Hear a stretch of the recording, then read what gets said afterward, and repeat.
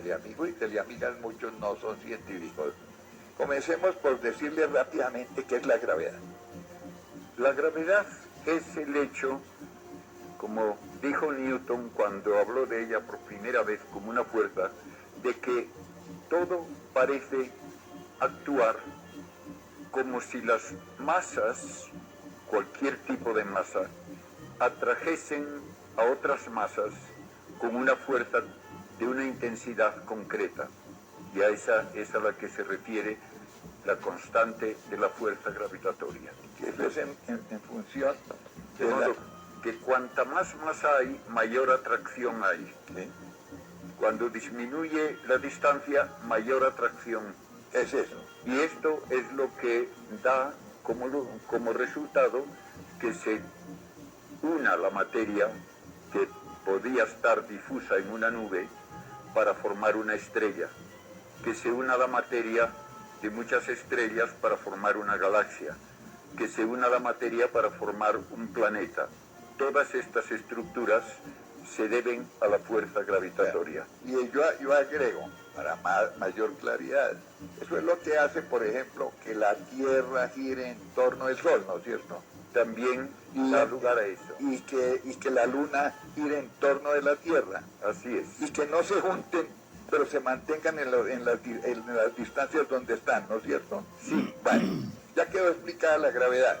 La otra, perdóneme padre, pero aquí hay que explicar. La fuerza gravitatoria actúa sobre toda materia y no hay aislantes para ella, ni hay antigravedad.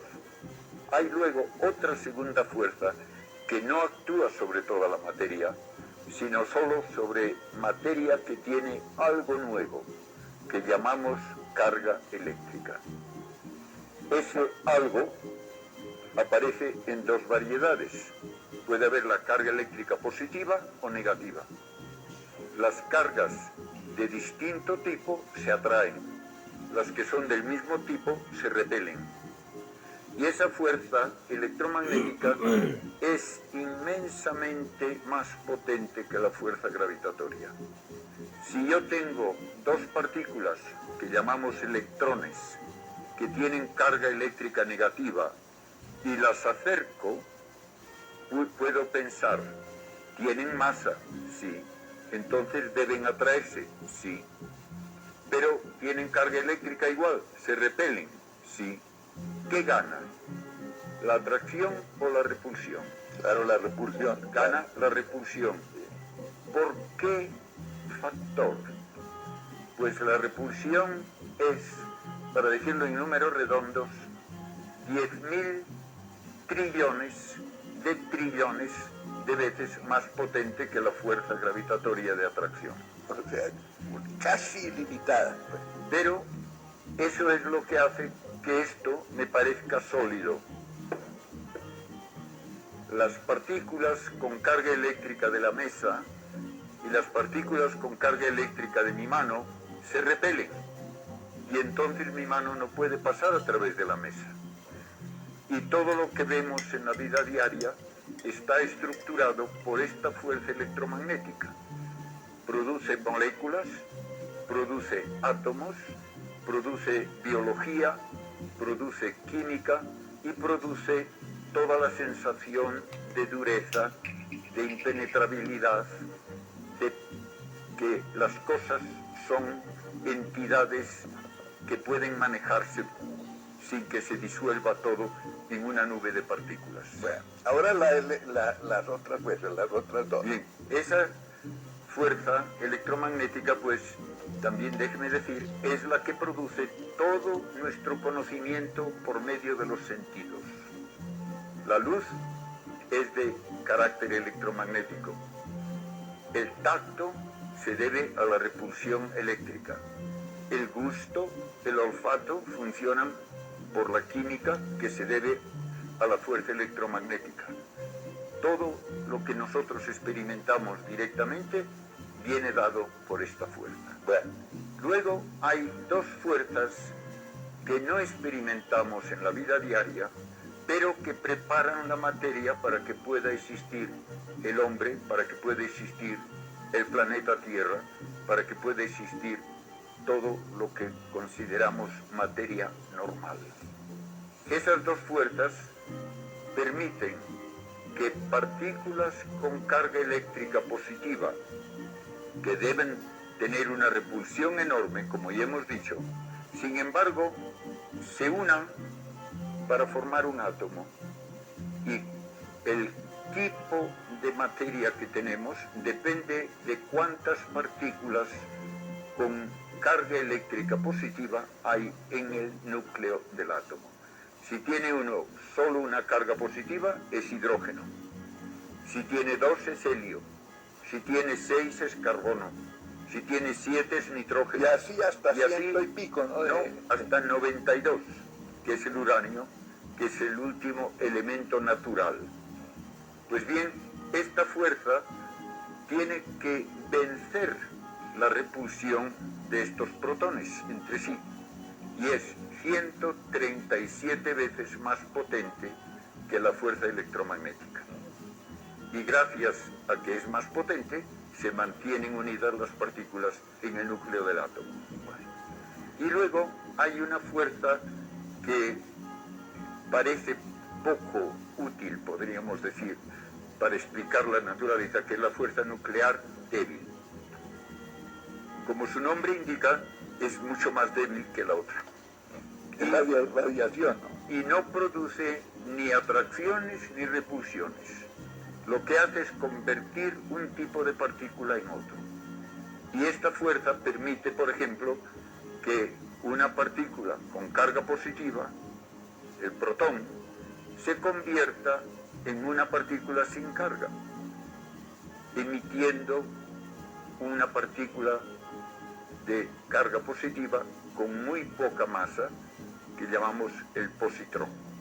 Y en ese proceso también se produce una partícula a la que yo tengo un cierto cariño de familia, porque es el neutrino, y yo hice mi tesis doctoral con uno de los descubridores del neutrino. En la NASA, ¿no es cierto? No, esto era en la universidad en Washington cuando yo estaba trabajando para mi doctorado.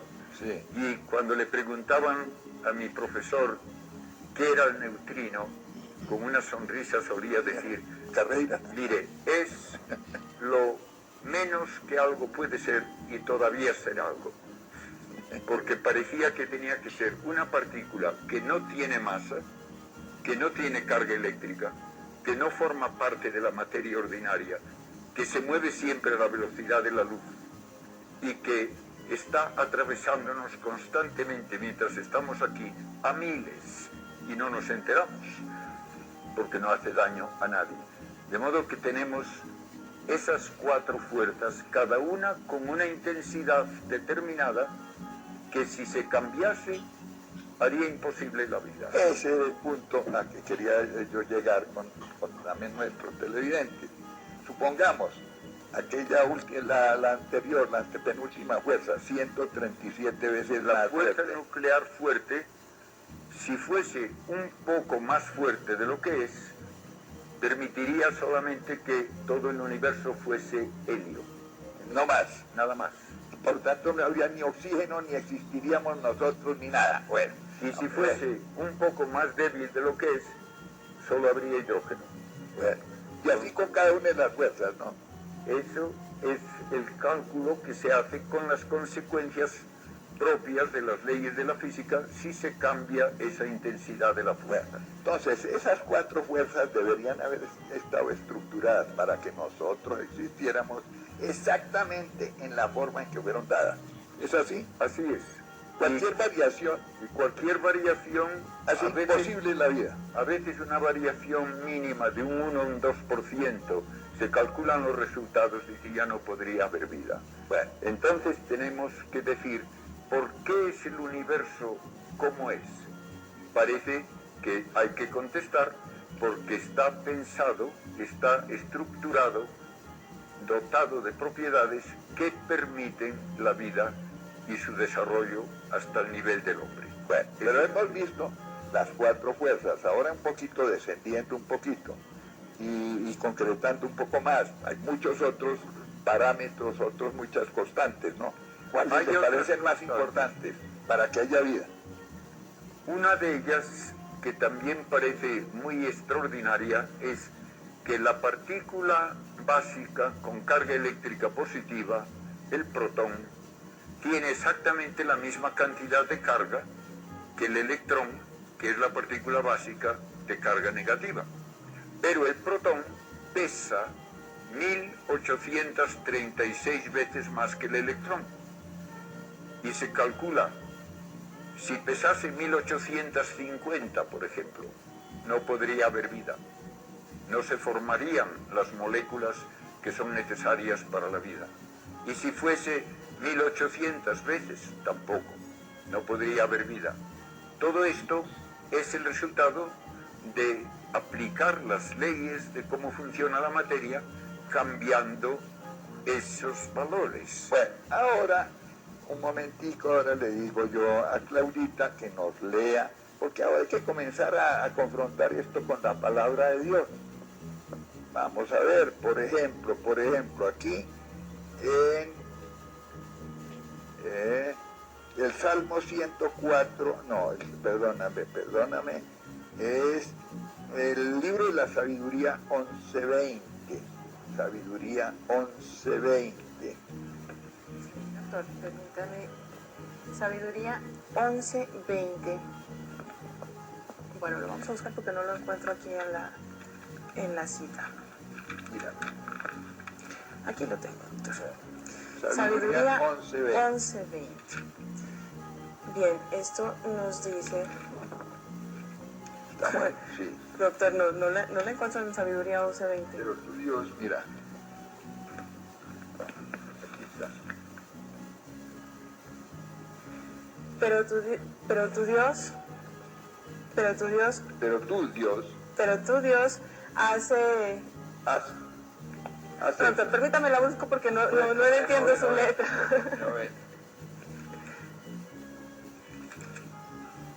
Bien, en la sabiduría 11:20 no la encuentro.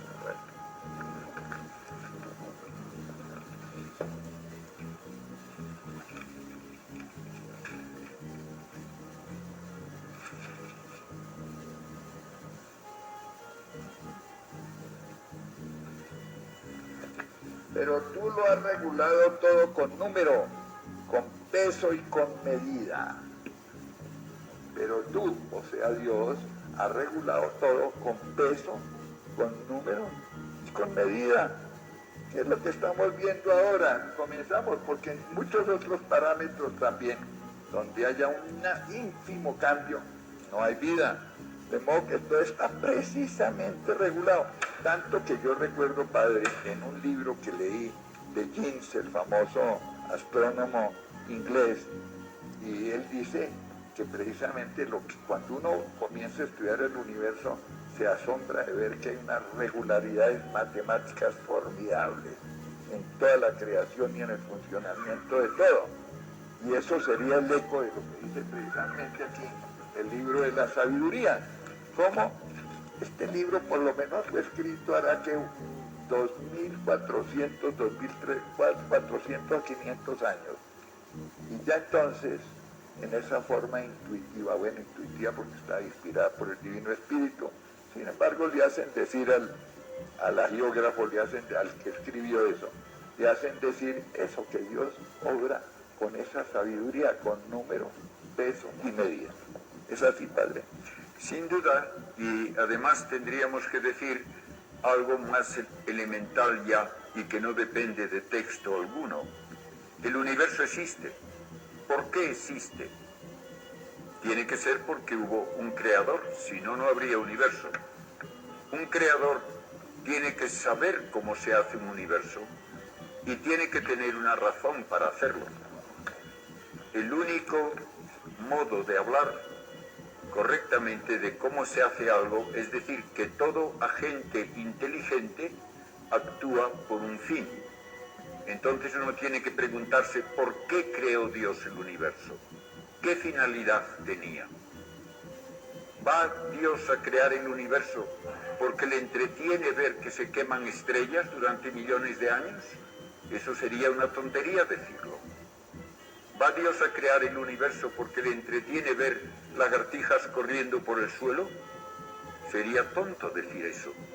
Entonces, si tenemos un creador inteligente y libre, que son las características de una persona, para una persona, lo único que le satisface es tener relaciones personales. Y entonces uno puede decir, ¿por qué crea Dios? Porque quiere hacer un universo en el que pueda haber vida inteligente, pueda haber personas que puedan tener relaciones personales con el Creador y que finalmente participen de su misma felicidad. Y entonces Dios hace un universo correctamente hecho para que pueda permitir la vida, por lo menos en un planeta, en el planeta Tierra.